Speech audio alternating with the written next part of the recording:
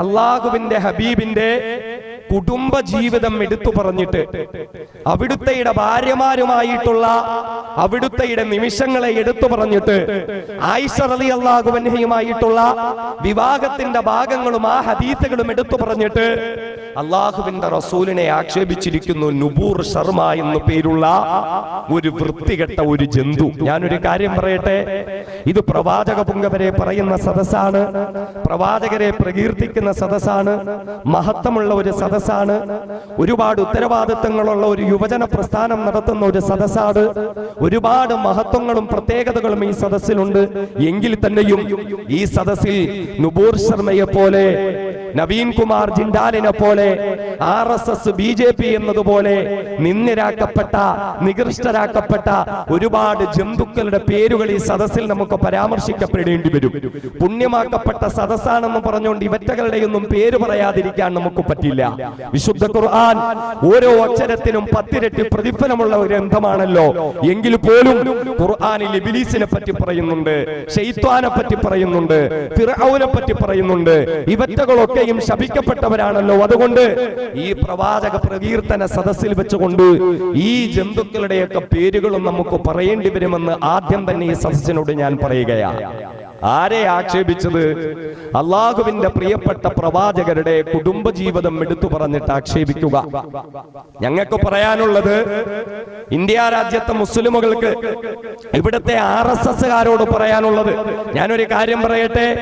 RSS എന്ന് പറയുമ്പോൾ ഇവിടുത്തെ സാധാരണക്കാരായ ഹിന്ദു സമൂഹത്തെയാണ് നാം അഭിസംബോധന ചെയ്യുന്നതെന്ന് ഒരിക്കലും കരുതരുത്. പലർക്കും അങ്ങനെ ഒരു തെറ്റിദ്ധാരണയുണ്ട്.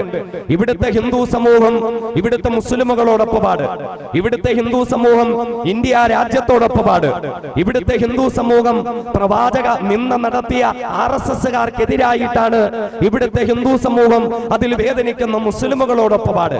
അതുകൊണ്ട് നാം ഇവിടെ RSSനെ പറയുമ്പോൾ സാധാരണ ഹിന്ദു സമൂഹത്തെ അഭിസംബോധന ചെയ്യുന്നു എന്നൊരിക്കലും തെറ്റിദ്ധരിക്കാൻ പാടില്ല.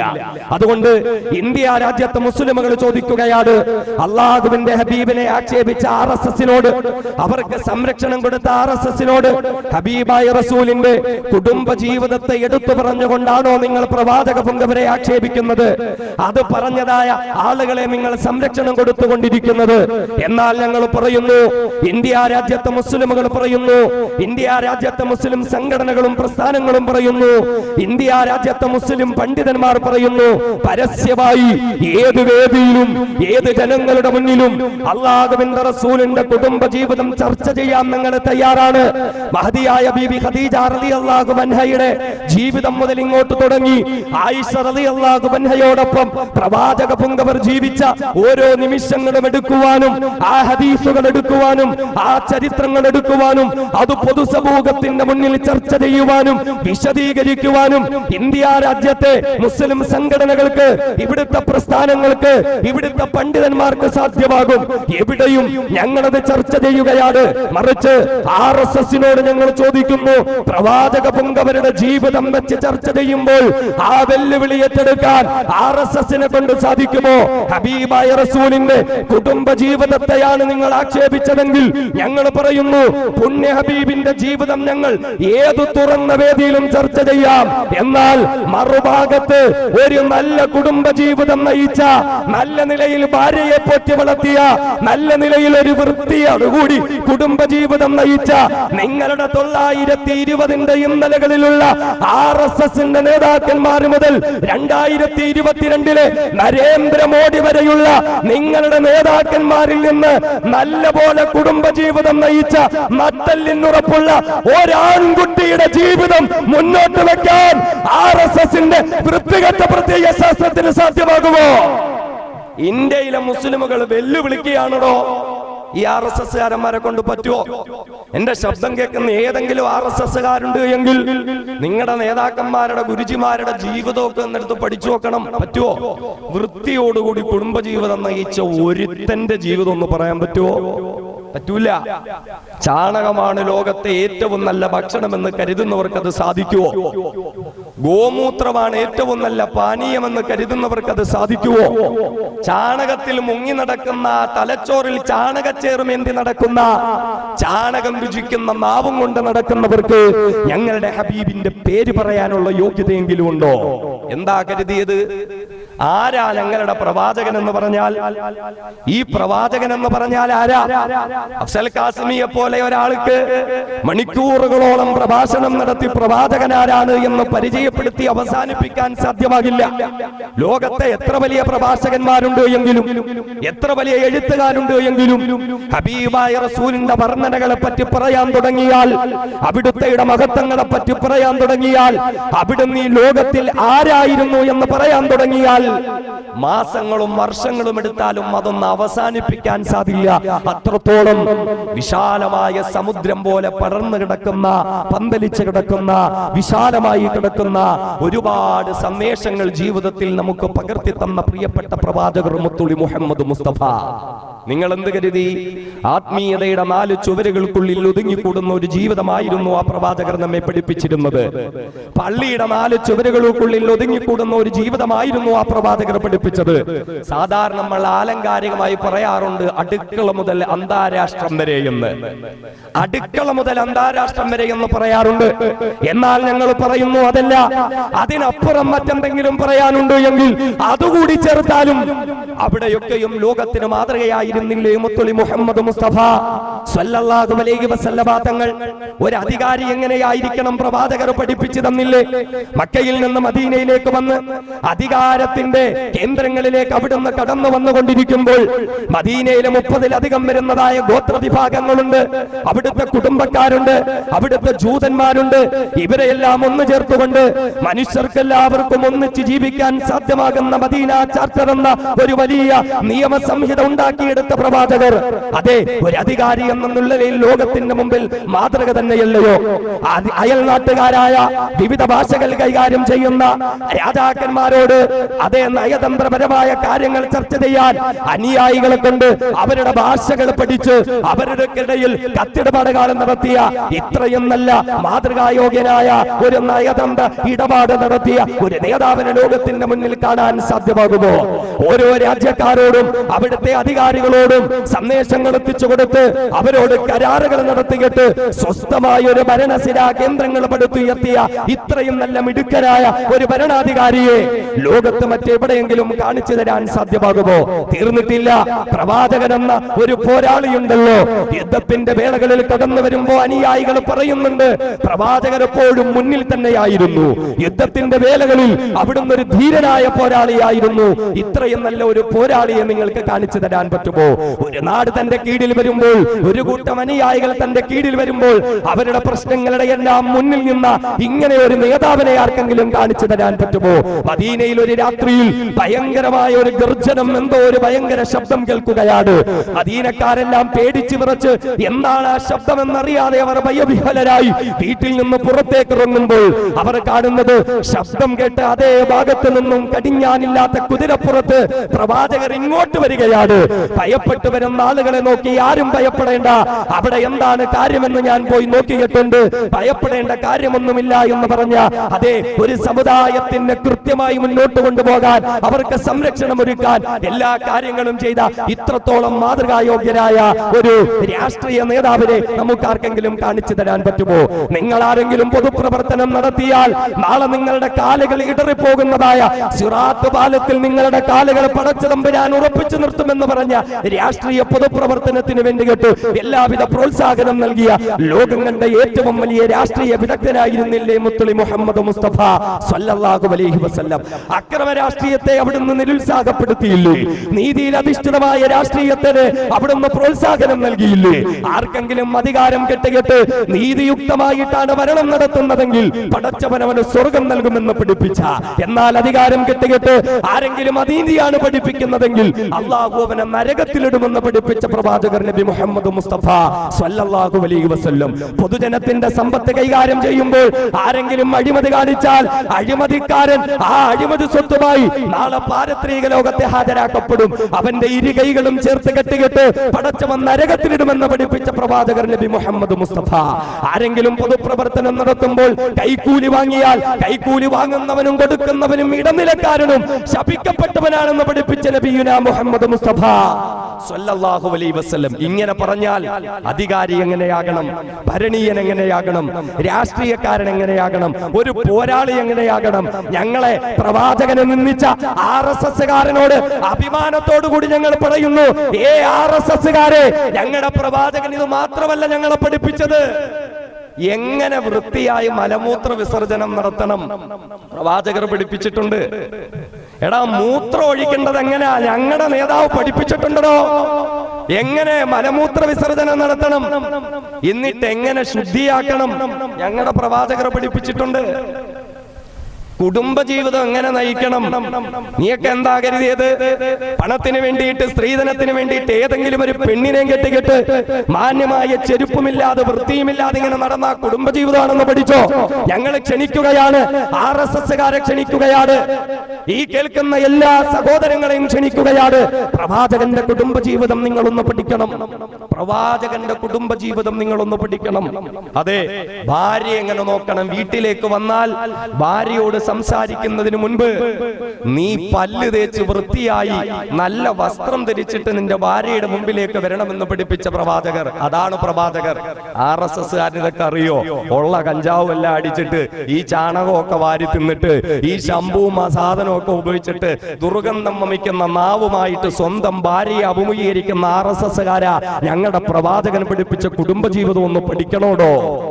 ഭാര്യയോട് എങ്ങനെ പെരുമാറണം?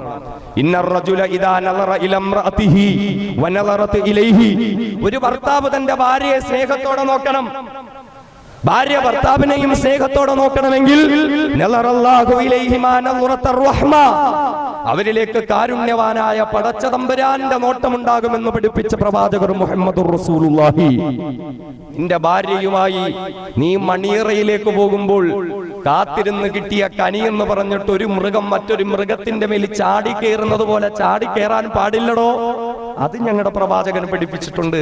നിന്റെ ഭാര്യയോടൊപ്പം മണിയറയിൽ എങ്ങനെയായിരിക്കണം, നിന്റെ ഭാര്യയെ നീ എങ്ങനെ സന്തോഷിപ്പിക്കണം എന്ന് പറഞ്ഞാൽ ഒരു മനുഷ്യന്റെ ജീവിതത്തിന്റെ എല്ലാ ഭാഗങ്ങളും അല്ലാഹുവിന്റെ പ്രിയപ്പെട്ട പ്രവാചകർ പഠിപ്പിച്ചു തന്നില്ലേ? ഇതുപോലെ ഒരു വ്യക്തിയെ നമുക്ക് ലോകത്ത് കാണിക്കാൻ പറ്റുമോ? ലോകത്ത് ഒരുപാട് ആരാധ്യ പുരുഷന്മാരുണ്ട്. ആരാധ്യ പുരുഷന്മാർ ഒരുപാട് പേരുണ്ട്. അവരൊക്കെ ആരാധിക്കപ്പെടുന്നവരാ. പക്ഷേ ഞങ്ങളുടെ പ്രവാചകൻ ഞങ്ങൾക്കൊരു ആരാധ്യ പുരുഷനേ അല്ല. ഞങ്ങളുടെ പ്രവാചകൻ ആരാധ്യ പുരുഷനേ അല്ല. ഇപ്പൊ പള്ളിയിൽ ബാങ്ക് വിളിച്ചു, ഞങ്ങൾ പോയി ഞങ്ങളുടെ തല ഭൂമിയിൽ വെച്ചുകൊണ്ട് സാഷ്ടാംഗ പ്രണാമം നടത്തി സുജൂദ് ചെയ്തിട്ടുണ്ട്. ഞങ്ങളുടെ തല കുമ്പിട്ടുകൊണ്ട് ഞങ്ങൾ റുക്കൂ ചെയ്തിട്ടുണ്ട്. ഞങ്ങൾ പ്രാർത്ഥന നടത്തിയിട്ടുണ്ട്. ഇതൊക്കെയും ഏകനായ പടച്ച തമ്പുരാനോട് മാത്രമാ. ഒരിക്കലും പ്രവാചകനെ ഞങ്ങൾ ആരാധിക്കാറില്ല. അവിടുത്തെയുടെ മുമ്പിൽ ഞങ്ങൾ സുജൂദ് ചെയ്യില്ല. അവിടുത്തെയുടെ മുമ്പിൽ ഞങ്ങൾ റുക്കൂ ചെയ്യില്ല. അവിടുത്തെയോട് ഞങ്ങൾ പ്രാർത്ഥന നടത്താറില്ല. അവിടുന്ന് ഞങ്ങൾക്കൊരു ആരാധ്യ പുരുഷനെ അല്ല. പക്ഷേ അവിടുന്ന് ഞങ്ങൾക്കൊരു സാധാരണ പുരുഷനുമല്ല. ഞാൻ ചോദിക്കുന്നു, ലോകത്ത് എത്രയോ നേതാക്കന്മാർ, നായകന്മാർ കടന്നുപോയി. ഞങ്ങളുടെ പ്രിയപ്പെട്ട പ്രവാചകർ ഞങ്ങളുടെ കയ്യിൽ കൃത്യമായ രേഖയുണ്ട്. അവിടുന്ന് ജീവിതകാലത്ത് ഏതൊക്കെ വസ്ത്രം ധരിച്ചിട്ടുണ്ട്, അവിടുന്ന് എന്തൊക്കെ ഭക്ഷണം കഴിച്ചിട്ടുണ്ട്, അവിടുത്തെ തലയിലും താടിയിലുമുള്ള രോമങ്ങളിൽ എത്ര രോമങ്ങൾ നരച്ചിട്ടുണ്ട് എന്ന കണക്ക് പോലും ഇസ്ലാമിക സമൂഹം കൃത്യമായി കാത്തു സൂക്ഷിക്കുന്നുണ്ട് എങ്കിൽ ലോകത്തേതെങ്കിലും ഒരു നായകൻ, ലോകത്തേതെങ്കിലും ഒരു നേതാവിന്റെ ജീവിതം ഇങ്ങനെ ക്ലിപ്തപ്പെടുത്തപ്പെട്ടിട്ടുണ്ടോ, ഇങ്ങനെ അടയാളപ്പെടുത്തപ്പെട്ടിട്ടുണ്ടോ?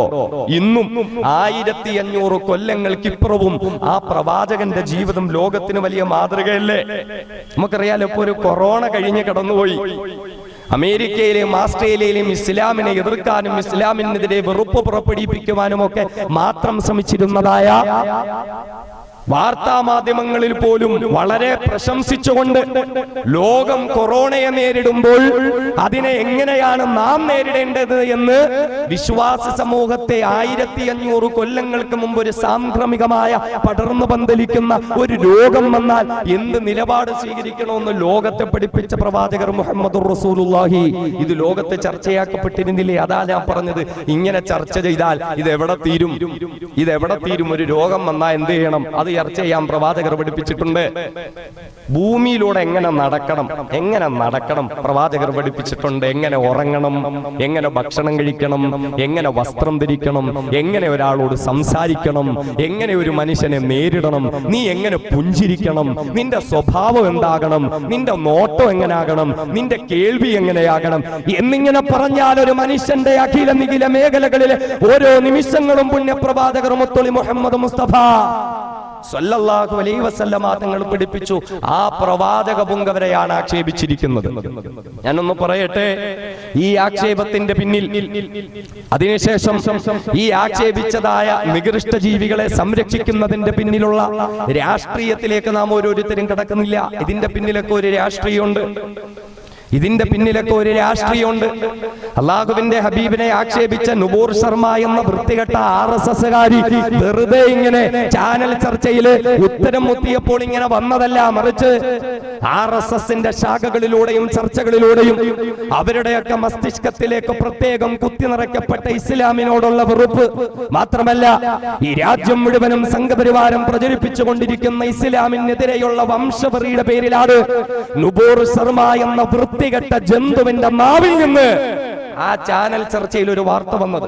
സഹോദരങ്ങളെ, നാം ഇപ്പോഴും ആവശ്യപ്പെടുന്നു, നുബൂർ ശർമ്മയായാലും നവീൻ കുമാർ ജിണ്ടാലായാലും പ്രവാചക പുങ്കവരെ ആക്ഷേപിച്ചവർക്ക് സംരക്ഷണം ഒരുക്കുന്ന ഓരോ ആളുകളും മാതൃകാപരമായി ശിക്ഷിക്കപ്പെടണം. ഇത് ഇന്ത്യ രാജ്യത്തെ മുസ്ലിമുകളുടെ ആവശ്യമാണ്. ഇത് ഇന്ത്യ രാജ്യത്തെ ഓരോ പൗരന്മാരുടെയും ആവശ്യമാണ്. കാരണം ഇത് വെറുതെ പറയുന്നതല്ല. നമ്മളൊന്ന് നോക്കണം, ഇന്ത്യ രാജ്യത്തെന്നല്ല ലോകത്തിന്റെ വിവിധ ഭാഗങ്ങളിൽ അള്ളാഹുവിന്റെ ഹബീബ് പല സന്ദർഭങ്ങളിലും ആക്ഷേപിക്കപ്പെട്ടിട്ടുണ്ട്. ലോക ചരിത്രത്തിൽ പ്രവാചകവും ആദ്യമായി ആക്ഷേപിക്കപ്പെട്ടത് എവിടെയാണ്? അവിടുത്തെ ജീവിത കാലഘട്ടത്തിൽ തന്നെ മക്കയുടെ ഒരു കുന്നിന്റെ മുകളിൽ കയറി നിന്നുകൊണ്ട് പരസ്യമായി ഇസ്ലാമിന്റെ പ്രഖ്യാപനം നടത്തിയപ്പോൾ അവിടുത്തെ സ്വന്തം മൂത്താപ്പയായ അബൂ ലഹബ് തന്നെ തബ്ബല്ലക യാ മുഹമ്മദ് ലിഹാദാ ജമഅതനാ, മുഹമ്മദേ നീ നശിച്ചു പോകട്ടെ, ഇതിനാണോ നീ ഞങ്ങളെ വിളിച്ചു ചേർത്തത് എന്ന് പറഞ്ഞ് ആദ്യമായി പ്രവാചക അവരെ ആക്ഷേപിച്ചതും മക്കയിൽ വെച്ചായിരുന്നു. അവിടുത്തെ സ്വന്തം കുടുംബക്കാരൻ തന്നെയായിരുന്നു. അവിടെ മുതൽ ഇങ്ങോട്ട് പലപ്പോഴും പല സന്ദർഭങ്ങളിലും പല രാജ്യത്ത് നിന്ന്, പല ഗ്രൂപ്പുകളിൽ നിന്ന്, പല വ്യക്തികളിൽ നിന്ന് പല നിലയിൽ പ്രവാചക പുങ്കവർ നിന്ദിക്കപ്പെട്ടിട്ടുണ്ട്. കാർട്ടൂണുകൾ വരയ്ക്കപ്പെട്ടിട്ടുണ്ട്, സിനിമകൾ ഇറക്കപ്പെട്ടിട്ടുണ്ട്, ഡോക്യുമെന്ററികൾ ഇറക്കപ്പെട്ടിട്ടുണ്ട്, കവിതകൾ എഴുതപ്പെട്ടിട്ടുണ്ട്, ലേഖനങ്ങൾ കൊണ്ടുവരപ്പെട്ടിട്ടുണ്ട്. ഇങ്ങനെ പല നിലയിലും അള്ളാഹുവിന്റെ പ്രവാചകർ ആക്ഷേപിക്കപ്പെട്ടിട്ടുണ്ട്. സഹോദരങ്ങളെ, അപ്പോഴൊക്കെയും ഇന്ത്യ രാജ്യവും ഈ രാജ്യത്തിന്റെ ഭരണകൂടവും എടുത്ത ഒരു നിലപാടുണ്ട്. ഇന്ത്യയുടെ ഒരു സംസ്കാരം എന്ന് പറയുന്നത് അതാണല്ലോ. ലോകത്തെ ഏറ്റവും വലിയ മതേതര ജനാധിപത്യ രാജ്യമാണ് ഇന്ത്യ എന്ന് നാം എപ്പോഴും കൊട്ടിഘോഷിക്കാറുണ്ട്. നാം അഭിമാനത്തോടുകൂടി പറയാറുണ്ട്. ഇന്ത്യക്ക് ലോക ഭൂപടത്തിലെ ഏറ്റവും വലിയ സൗന്ദര്യത്തിന് മുഖം നൽകുന്നത് ഇന്ത്യയുടെ മതേതര ജനാധിപത്യ മുഖപാട്. നാനാത്വത്തിൽ ഏകത്വം, അതേ വിവിധ മതവിഭാഗങ്ങളെ ഒരേ കണ്ണോടുകൂടി നോക്കുന്ന ഒരു രാജ്യമെന്ന ഒരു സന്തോഷമാണ്, ആ ഒരു സന്ദേശമാണ് ലോകത്തിന്റെ മുമ്പിൽ ഇന്ത്യയെ എടുത്തുയർത്തി കാണിക്കുന്നത്. എങ്കിൽ നാളിന്നുവരെയും എവിടെയെല്ലാം പ്രവാചക നിന്ന നടത്തപ്പെട്ടിട്ടുണ്ടോ അപ്പോഴൊക്കെയും ഇന്ത്യ രാജ്യം പ്രവാചക നിന്ദകർക്കെതിരായിരുന്നു. ഇവിടുത്തെ ഭരണകൂടം പ്രവാചക നിന്ദകർക്കെതിരായിരുന്നു.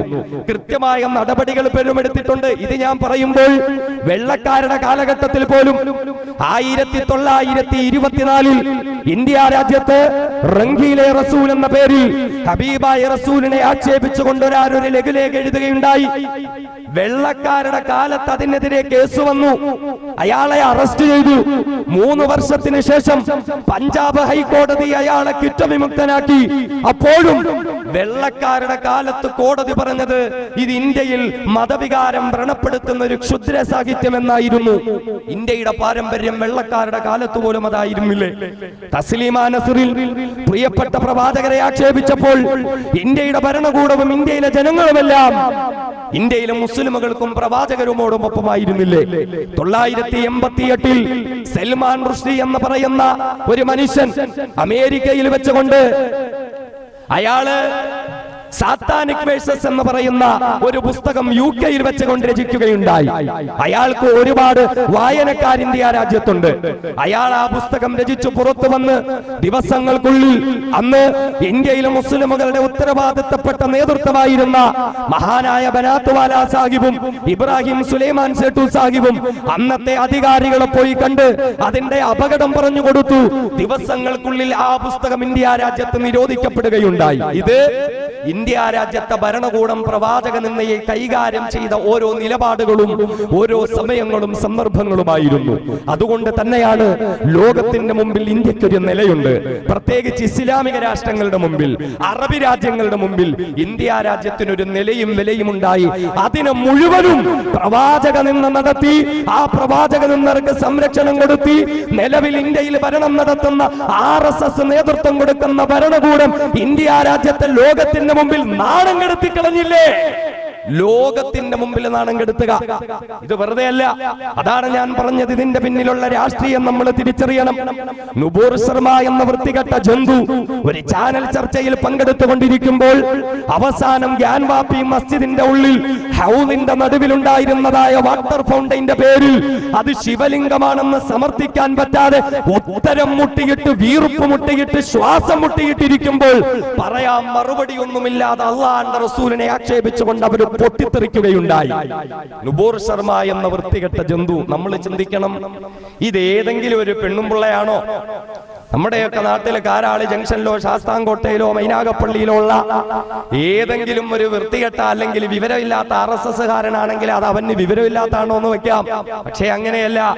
ആരാ നുപൂർ ശർമ്മ എന്ന് പറയുന്നത്? ഇന്ത്യ രാജ്യത്ത് ഭരണം കൈയാളുന്നതായ BJPയുടെ ദേശീയ ഔദ്യോഗിക വക്താവാണ് നുപൂർ ശർമ്മ. അഥവാ BJPയുടെ ശബ്ദമാണ്, ഭരണകൂടത്തിന്റെ ശബ്ദമാണ് നുപൂർ ശർമ്മ എന്ന് പറയുന്നത്. ആ ഭരണകൂടമാണ് അള്ളാഹുവിന്റെ പ്രവാചകരെ ആക്ഷേപിച്ചത്. എന്നിട്ട് അവർ പറഞ്ഞ എന്താ? ഇതൊക്കെ കഴിഞ്ഞിട്ട് ആ വീഡിയോ ക്ലിപ്പിനെ BJPയുടെ മീഡിയ ഇൻചാർജായ നവീൻ കുമാർ ജിണ്ടൽ എന്ന് പറയുന്ന ആളെടുത്ത് ലോകം മുഴുവനും പ്രചരിപ്പിച്ചു. ആ വീഡിയോ ലോകത്തെല്ലായിടത്തും എത്തി. ചാനൽ ചർച്ച കഴിഞ്ഞ് ഞാൻ പുറത്തിറങ്ങി നിമിഷങ്ങൾക്ക് മുമ്പ് നുപൂർ ശർമ്മ പറയുന്നു, സാക്ഷാൽ ഇന്ത്യയുടെ പ്രധാനമന്ത്രി നരേന്ദ്രമോദിയുടെ ഓഫീസിൽ നിന്നും എനിക്ക് ഫോൺ കോൾ വന്നു, എന്നെ പ്രശംസിച്ചുകൊണ്ട്, എനിക്ക് പിന്തുണ നൽകിക്കൊണ്ട്. തീർന്നിട്ടില്ല. സാക്ഷാൽ അമിത്ഷായുടെ ഓഫീസിൽ നിന്നും എനിക്ക് ഫോൺ കോൾ വന്നു. നാം കരുതേണ്ടത് ഇതൊരു സാധാരണമായ ഒരു പ്രവാചക നിന്നയല്ല, മറിച്ച് സംഘപരിവാരത്തിന്റെ ആശയത്തിന്റെയും അജണ്ടയുടെയും അടിസ്ഥാനത്തിൽ നടത്തപ്പെട്ട ഭരണകൂടത്തിന്റെ ഒത്താശയോടെ, RSSന്റെ ഒത്താശയോടെ, BJPയുടെ ഒത്താശയോടെ ഇന്ത്യ രാജ്യത്ത് നടത്തപ്പെട്ട ഒരു പ്രവാചക നിന്നയാണ്. ഇന്ത്യയുടെ പ്രധാനമന്ത്രി പ്രവാചക നിന്ന നടത്ത വൃത്തികെട്ടവളെ വിളിച്ചിട്ട് അവൾക്ക് പ്രോത്സാഹനം കൊടുത്തിരിക്കുക.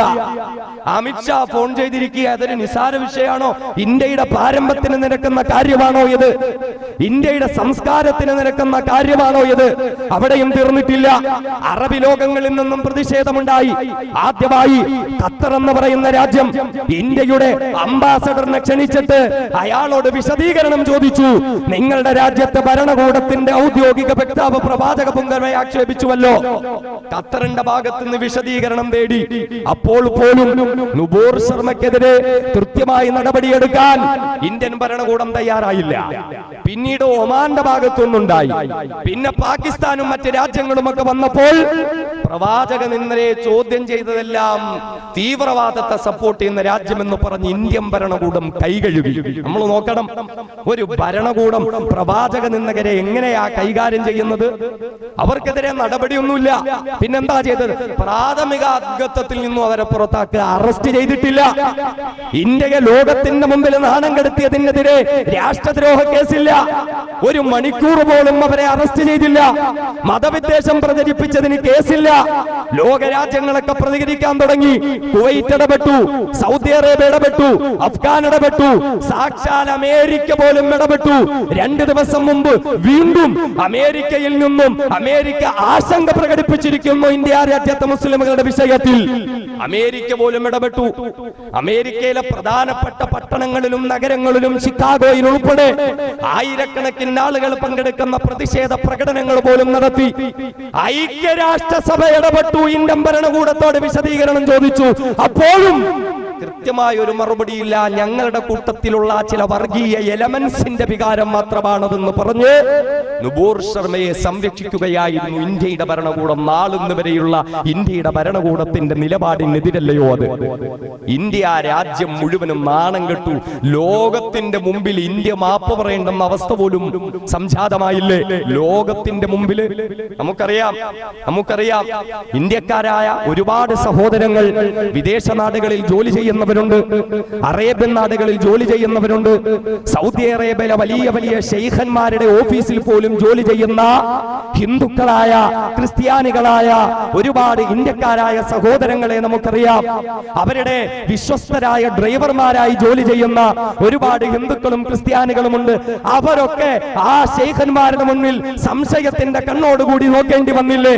അവസാനം അറബി നാടുകളിലുള്ള ഇന്ത്യക്കാരെല്ലാം അവരുടെ കഫീലുമാരുടെ മുമ്പിൽ സർട്ടിഫിക്കറ്റ് കാണിക്കേണ്ടി വന്നു. വല്ലാഹി അന ഹിന്ദി ലേക്കിൻ മാഫി സംഘി, ഞാനൊരു ഇന്ത്യക്കാരനാണ്, പക്ഷേ ഞാനൊരു സംഘിയല്ല എന്ന് പറയേണ്ടുന്ന ഗതികേടിലേക്ക് ആ നാട്ടുകാരെ ഇന്ത്യക്കാരെ മുഴുവനും എത്തിച്ചില്ലേ? അതുകൊണ്ടാണ് ഇവിടുത്തെ മുസ്ലിമുകൾ പറയുന്നത്, അതുകൊണ്ടാണ് ഇന്ത്യയിലെ ജനങ്ങൾ പറയുന്നത്, ഇന്ത്യ രാജ്യത്തിന്റെ മതേതര ജനാധിപത്യ മുഖത്തെ തകർത്ത് തരിപ്പണമാക്കി ലോകത്തിന്റെ മുമ്പിൽ ഇന്ത്യയെ നാണം കെടുത്തിയ RSSകാരെ മാതൃകാപരമായി രാജ്യദ്രോഹത്തിന് ശിക്ഷിക്കണമെന്ന്. തീർന്നിട്ടില്ല. രണ്ടാമത്തേത്, ഈ രാജ്യത്തിന്റെ സാമ്പത്തിക നിലവാരത്തിന്റെ നട്ടെല്ല് തല്ലിയൊടിച്ചില്ലേ? ആകെ തന്നെ ഇവിടെ തകർന്ന് തരിപ്പണമായി. ഇന്ത്യയുടെ സാമ്പത്തിക നിലവാരം തകർന്ന് തരിപ്പണമായി മുട്ടിലടഞ്ഞുകൊണ്ടിരിക്കുകയാണ്. നോട്ട് നിരോധനം, GST, അതേപോലെ തന്നെ മണ്ടത്തരങ്ങൾ മാത്രമല്ല സാമ്പത്തിക നയങ്ങൾ കൊണ്ടുവന്നു. ഖജനാവ് കാലിയായി. ഇവിടെ വില കൂടുതൽ കയറുകയാണ്, ജനങ്ങൾ പൊറുതിമുട്ടുകയാണ്. ഇന്ധനത്തിനും നിത്യോപയോഗ സാധനത്തിനും വില കൂടിക്കൊണ്ടിരിക്കുകയാണ്. ഇന്ത്യ ഒരു ശ്രീലങ്കയാകുമെന്നുള്ള മുന്നറിയിപ്പ് സാമ്പത്തിക വിദഗ്ധന്മാർ നൽകിക്കൊണ്ടിരിക്കുന്നു. അതിനിടയിലാണ് ഇപ്രകാരമുള്ള പ്രവാചക നിന്ദയുണ്ടാവുകയും ഭരണകൂടം അവരെ സംരക്ഷിക്കുകയും ചെയ്തത്. അപ്പൊ എന്തുണ്ടായി? അറബ് രാജ്യങ്ങളൊക്കെ ഇന്ത്യയുടെ ഉൽപ്പന്നങ്ങൾ ബഹിഷ്കരിക്കുകയാണ്. ഞാൻ പറയുന്നത്, ഇന്ത്യയെ ഇത്രയേറെ തകർത്ത, ഇന്ത്യയെ ഇത്രയേറെ നാണം കെടുത്തിയ മറ്റൊരു സംഭവം ഉണ്ടായോ? നുപൂർ ശർമ്മക്കെതിരെ നടപടിയില്ല എന്ന് മാത്രമല്ല, അവിടെ കൊണ്ടു ആ വിഷയം അവസാനിപ്പിച്ചോ? സഹോദരങ്ങളെ, അവിടെ കൊണ്ടും ആ വിഷയം അവസാനിക്കപ്പെട്ടിട്ടില്ല. പിന്നെയോ, ഇതിനെതിരെ ആരെല്ലാം പ്രതികരിച്ചിട്ടുണ്ടോ അവർക്കെല്ലാം എതിരെ കേസ്. നുപൂർ ശർമ്മക്കെതിരെ അവസാനം നിർബന്ധിക്കപ്പെട്ട് പേരിനൊരു കേസ്, എന്നാൽ അവർക്കെതിരെ മാത്രമല്ല കേസ്. ആരെല്ലാം അവർക്കെതിരെ പ്രതികരിച്ചു? എല്ലാവർക്കും കേസ്. സാക്ഷാൽ അസദുദ്ദീൻ ഉവൈസിക്കെതിരെ വരെ കേസെടുത്തിരിക്കുന്നു. പിന്നീട് കാൺപൂരിലുള്ള മുസ്ലിമുകൾ ഈ പ്രവാചക നിന്ദക്കെതിരെ തെരുവിലിറങ്ങിയപ്പോൾ 50-ലധികം വരുന്നതായ മുസ്ലിമുകളെ അറസ്റ്റ് ചെയ്ത് ജയിലിലടച്ചു പീഡിപ്പിച്ചു. എന്നിട്ട് ഈ അറസ്റ്റ് ചെയ്യപ്പെട്ട ആളുകളുടെ വീടുകളും അവരുടെ കെട്ടിടങ്ങളുമെല്ലാം അനധികൃതമായ സ്ഥലങ്ങളിൽ കെട്ടിയുണ്ടാക്കിയതാണ് എന്ന് വരുത്തി തീർത്തിട്ട് ഈ കെട്ടിടങ്ങൾക്കെതിരെയെല്ലാം ബുൾഡോസർ രാജ് നടപ്പാക്കി അതും മുഴുവനും തകർത്ത് തരിപ്പണമാക്കി. ഇന്ത്യയുടെ ഭരണകൂടം പ്രവാചക നിന്ദയെ കൈകാര്യം ചെയ്യുന്നത് ഇങ്ങനെയാ. എന്നിട്ട് എന്തുണ്ടായി? ആ ഇരകളാക്കപ്പെട്ട, അറസ്റ്റ് ചെയ്യപ്പെട്ട, ബുൾഡോസർ രാജിന് വിധേയരാക്കപ്പെട്ട ആ പാവപ്പെട്ട മുസ്ലിം സഹോദരങ്ങളെ ഒന്ന് കാണാൻ, അവർക്ക് പിന്തുണ കൊടുക്കാൻ ഒരു MP, കേരളത്തിൽ നിന്നും മലയാളിയായ MP, സാക്ഷാൽ ET മുഹമ്മദ് ബഷീർ സാഹിബ് അവരെ കാണാൻ വേണ്ടി കിട്ടിയ യാത്രയായി. പക്ഷേ എന്ത് ചെയ്തു? സംഘപരിവാരത്തിന്റെ പോലീസ് ആ പാർലമെന്റിന്റെ ഒരു മെമ്പറിനെ രാത്രിയുടെ നിശബ്ദതയിൽ അദ്ദേഹത്തെ പിടിക്കുകയും ഏതോ അജ്ഞാത കേന്ദ്രങ്ങളിൽ കൊണ്ടുപോയി മണിക്കൂറുകളോളം താമസിപ്പിച്ച് ഭീകരാന്തരീക്ഷം സൃഷ്ടിക്കുകയും ചെയ്തു. പ്രതിഷേധങ്ങൾക്കൂടെ അദ്ദേഹത്തെ വെറുതെ വിട്ടു. അവിടെയും തീർന്നില്ല. പിന്നീട് നാം കാണുന്നത് പോലെ ജാർഖണ്ഡിലെ റാഞ്ചിയിൽ പ്രതിഷേധിച്ച ആളുകൾക്കെതിരെ സംഘപരിവാരവും പോലീസും പട്ടാളവും ചേർന്ന് ബോംബെറിയുകയും വെടിവെച്ച് 2 പാവപ്പെട്ട ചെറുപ്പക്കാരെ കൊന്നുകളയുകയും ചെയ്തു. യുപിയുടെ തെരുവോരങ്ങളിൽ ഇപ്പോഴും നടന്നുകൊണ്ടിരിക്കുന്നതെന്താ? പ്രവാചക നിന്നക്കെതിരെ ആര് രംഗത്ത് വരുന്നുണ്ടോ അവർക്കെതിരെയൊക്കെ നടപടിയാണ്. അവരുടെ വീട് പൊളിച്ചുകൊണ്ടിരിക്കുകയാണ്. അഫ്രീൻ ഫാത്തിമ എന്ന് പറയുന്ന പ്രിയപ്പെട്ട സഹോദരിയുടെ വീട് പൊളിച്ചിരിക്കുകയാണ്. അവളുടെ പ്രിയപ്പെട്ട പിതാവുണ്ട്, വെൽഫെയർ പാർട്ടിയുടെ ദേശീയ നേതാവായ മുഹമ്മദ് ജാബീദ് എന്ന് പറയുന്ന സഹോദരൻ ജയിലിൽ അടയ്ക്കപ്പെട്ടിരിക്കുകയാണ്. കുടുംബത്തിന് പോലും ഒന്ന് പോയി കാണാൻ പറ്റുന്നില്ല. എന്തിന്റെ പേരിലാണിത്? അല്ലാഹുവിന്റെ പ്രിയപ്പെട്ട ഹബീബ് മുത്തലി മുഹമ്മദ് മുസ്തഫ സല്ലല്ലാഹു അലൈഹി വസല്ലമ തങ്ങളെ ആക്ഷേപിച്ചതിന്റെ പേരിൽ, ആ ഹബീബായ റസൂലിനെ ആക്ഷേപിച്ചതിന്റെ പേരിൽ പ്രതിഷേധം നടത്തിയപ്പോൾ, ആ പ്രതിഷേധം നടത്തുമ്പോൾ ഈ പ്രവാചകനെന്ന് നടത്തിയ RSSനെതിരെ മുദ്രാവാക്യം വിളിച്ചപ്പോൾ, RSSനെതിരെ ശബ്ദമുയർത്തിയപ്പോൾ, RSSനെതിരെ പൊതുജനം തെരുവിലേക്ക് ഇറങ്ങിയപ്പോൾ ആ പൊതുജനങ്ങൾക്കെതിരെ കേസ്, അവരെ അറസ്റ്റ് ചെയ്യുന്നു, ബുൾഡോസർ രാജ് നടപ്പിലാക്കുന്നു. ഇന്ത്യ രാജ്യം ഇത്രയും വലിയൊരു അപകടത്തിലേക്ക് പോയിക്കൊണ്ടിരിക്കുകയല്ലേ? ഈ രാജ്യം ഇത്രയും വലിയൊരു കുഴപ്പത്തിലേക്ക് പോയിക്കൊണ്ടിരിക്കുമ്പോ അതൊക്കെ അങ്ങ് തീർന്ന കേസല്ലേ മുസ്ലിയാരെ? ഇനിയും ഇതൊക്കെ പറഞ്ഞുകൊണ്ട് നടക്കുന്നു. ഇന്ന് വരെയും നൂപൂർ ശർമ്മയെ അറസ്റ്റ് ചെയ്തിട്ടില്ല, നവീൻ ജിണ്ടാലിനെ അറസ്റ്റ് ചെയ്തിട്ടില്ല. ലോകത്തിന്റെ മുമ്പിൽ ഇന്ത്യക്കേറ്റ കളങ്കത്തിന് അതിനൊരു മറുപടി ഉണ്ടാക്കാൻ RSSനും സംഘപരിവാരത്തിനും സാധിച്ചിട്ടില്ല. അഥവാ അതാണ് സഹോദരങ്ങളെ ഞാൻ പറയുന്നത്, ഇതിന്റെ പിന്നിലുള്ള രാഷ്ട്രീയ അജണ്ടകളെ തിരിച്ചറിയണം. സംഘപരിവാരം ലക്ഷ്യം വെക്കുന്നത് ഇസ്ലാമിനെയും മുസ്ലിമുകളെയും ഇസ്ലാമിന്റെ അടയാളങ്ങളെയും ഇന്ത്യ രാജ്യത്തെ അപകീർത്തിപ്പെടുത്തുക എന്നുള്ളതാണ്. ഒരു വംശവെറി പ്രചരിപ്പിക്കണം സംഘപരിവാരത്തിന് ഈ രാജ്യത്ത് വംശീയ ഉന്മൂലനം നടത്താൻ വേണ്ടി. നാം കണ്ടുകൊണ്ടിരിക്കുന്നല്ലോ, നമ്മുടെ പള്ളികളിൽ അവർ കൈവയ്ക്കുകയാണ്. ബാബരി മസ്ജിദ് തകർത്ത് തരിപ്പണമാക്കി. എന്നിട്ടും തീർന്നിട്ടില്ലല്ലോ. വീണ്ടും ഇതാ ഗ്യാൻവാപ്പിയിലേക്ക് കടക്കുകയാണ്, മധുര ക്ഷേത്രത്തിലേക്ക് കടക്കുകയാണ്, കുത്തുബ് മിനാറിലേക്ക് കടക്കുകയാണ്. ഇതിവിടെയൊക്കെ നാം നിശബ്ദത പാലിച്ചാൽ ഇങ്ങ് കേരളക്കരയുടെ മണ്ണിൽ പോലും ഭീമാപള്ളിയിലും കടുവാപ്പള്ളിയിലും പാളയം പള്ളിയിലും പോലും നാളെ ഒരു ദിവസം സംഘപരിവാരം അവകാശം ഉന്നയിച്ചു കൊണ്ടുവരാൻ പോവുകയാണ്. നമ്മുടെ പള്ളിയിൽ കൈവയ്ക്കുന്നു. മുസ്ലിമുകളെല്ലാം അമ്പലങ്ങൾ തകർത്തിട്ടാണ് പള്ളി ഉണ്ടാക്കുന്നത് എന്ന പച്ചക്കള്ളം പ്രചരിപ്പിച്ചിട്ട് സംഘപരിവാരം വംശവെറി പ്രചരിപ്പിച്ചു കൊണ്ടിരിക്കുകയാണ്. അവിടെയും തീർന്നിട്ടില്ല. പിന്നെ എന്താ? ഇസ്ലാമിക ശരീഅത്തിന്റെ മേൽ കൈവയ്ക്കുകയാണ്. ഇസ്ലാമിക ശരീഅത്ത് സ്ത്രീകൾക്ക് ഒരു സ്വാതന്ത്ര്യം കൊടുക്കുന്നില്ല എന്ന് സംഘപരിവാരം പറയുന്നു. ആരാ? 10,000-കണക്കിന് സ്ത്രീകളെ കലാപങ്ങളിലൂടെ ബലാത്സംഗം ചെയ്ത, ഒരുപാട് സ്ത്രീകളെ വിധവകളാക്കിയ, ഒരുപാട് സ്ത്രീകളെ പിച്ചു ചീന്തിയ, ഒരുപാട് ഗർഭിണികളായ സ്ത്രീകളുടെ അടിവയറ്റിലേക്ക് തൃശൂലം കുത്തിക്കയറ്റി ഗർഭസ്ഥ ശിശുവിനെ എടുത്ത് തീയിലിട്ട് കരിച്ചരിച്ചു കൊന്നുകളഞ്ഞ RSSും സംഘപരിവാരവും പറയുന്നു ഇസ്ലാമിക ശരീഅത്ത് സ്ത്രീകൾക്ക് സ്വാതന്ത്ര്യം കൊടുക്കുന്നില്ല. അതുകൊണ്ട് എന്താണ്? ഇവിടെ ഏക സിവിൽ കോഡ് നടപ്പിലാക്കണം. അതുകൊണ്ട് ത്വലാഖ് ഒരു ക്രിമിനൽ കുറ്റമായി മാറിയിരിക്കുന്നു. അതുകൊണ്ട് ഹിജാബ് ധരിച്ചുകൊണ്ട് സ്ത്രീകൾ അല്ലെങ്കിൽ പെൺകുട്ടികൾ വിദ്യാഭ്യാസ സ്ഥാപനങ്ങളിലേക്കോ അതുപോലെയുള്ള മേഖലകളിലേക്കോ കടന്നു വരാൻ പാടില്ല. വിശുദ്ധ ഖുർആൻ പോലും ഇവിടെ നിരോധിക്കണമെന്ന് പറയാ, ജുമാ നിരോധിക്കണമെന്ന് പറയാ, നിസ്കാരം നിരോധിക്കണമെന്ന് പറയാ, ബാങ്ക് വിളിയിൽ പോലും ജിഹാദ് കണ്ടെത്തുകയാണ്, ഹലാലിൽ പോലും ജിഹാദ് കണ്ടെത്തുകയാണ്. ഇങ്ങനെ മുസ്ലിമിനും ഇസ്ലാമിനുമെതിരെ വംശവെറി പ്രചരിപ്പിച്ചിട്ട് ഇവിടുത്തെ സാധാരണക്കാരായ മനുഷ്യരുടെ മുന്നിൽ മുസ്ലിമുകൾ അപകടകാരികളാണ് എന്ന് വരുത്തി തീർത്തിട്ട്, മുസ്ലിമുകൾ ഭീകരവാദികളാണ് എന്ന് വരുത്തി തീർത്തിട്ട് ഈ രാജ്യത്തൊരു വംശീയ ഉന്മൂലനം നടത്തി ഇസ്ലാമില്ലാത്ത മുസ്ലിമുകളില്ലാത്ത ഒരു ഇന്ത്യ രാജ്യം പടുത്തുയർത്തി. ഏകദേശം 925ഓടുകൂടി ഇന്ത്യ രാജ്യത്തെ ഒരു പരിപൂർണ ഹിന്ദു രാഷ്ട്രമായി പ്രഖ്യാപിച്ചിട്ട് ഇവിടുത്തെ ക്രിസ്ത്യാനികളെയും, മുമ്പ് ഇവിടെ ബഹുമാനനായ സുലൈമാൻ ദാരിമി സൂചിപ്പിച്ചതുപോലെ ഇവിടുത്തെ ക്രിസ്ത്യാനികളെയും ഇവിടുത്തെ ദലിത് മക്കളെയും എല്ലാം പേപ്പട്ടികളെ പോലെ അടിമകളാക്കി തെരുവോരങ്ങളിട്ട് തല്ലിക്കൊല്ലാൻ സംഘപരിവാരം ശ്രമിച്ചുകൊണ്ടിരിക്കുമ്പോൾ എന്റെ പ്രിയപ്പെട്ട സഹോദരങ്ങളെ, ഈ ദുഷ്ടശക്തികളുടെ കൈപിടിക്കാൻ, അവർക്കെതിരെ ശബ്ദമുയർത്താൻ, അവർക്കെതിരെ പ്രതിരോധത്തിൻ്റെതായ ശബ്ദമുയർത്തിക്കൊണ്ട് കടന്നു വരാൻ ഇന്ത്യ രാജ്യത്തോട് കൂറുള്ള, ഈ രാജ്യത്തോട് പ്രതിബദ്ധതയുള്ള, ഈ രാജ്യത്തോട് സ്നേഹമുള്ള എന്റെ പ്രിയപ്പെട്ട സഹോദരങ്ങൾ തയ്യാറാകണമെന്നാണ് ഈ ഒരു സന്ദർഭത്തിൽ ഈ വിനീതന് സൂചിപ്പിക്കാനുള്ളത്. അതുകൊണ്ട് കേവല ചില പ്രതിഷേധ നടപടികളിലൂടെ തീരാനുള്ളതല്ല ഇത്. അല്ലെങ്കിൽ സംഘപരിവാരത്തിനെതിരെ കേവലം ഒരു പ്രവാചകൻ എന്ന് വരുമ്പോഴോ ഒരു NRC NRCയും CAA വരുമ്പോഴോ മാത്രം നാം തെരുവിലിറങ്ങേണ്ടതല്ല. മറിച്ച് സംഘപരിവാരം രാജ്യത്തിന് അപകടമാണ്. RSSനെതിരെ ആരെന്തു പറഞ്ഞാലും അത് ഹിന്ദു സമൂഹത്തിനെതിരെയുള്ളതാണ് എന്ന് വരുത്തി തീർത്ത് RSSനെതിരെ മുദ്രാവാക്യം വിളിച്ചാൽ കേസാണ്. അത് കേന്ദ്രത്തിലായാലും കേരളത്തിലായാലും. RSSനെതിരെ ശബ്ദിച്ചാൽ കുഴപ്പമാണ്.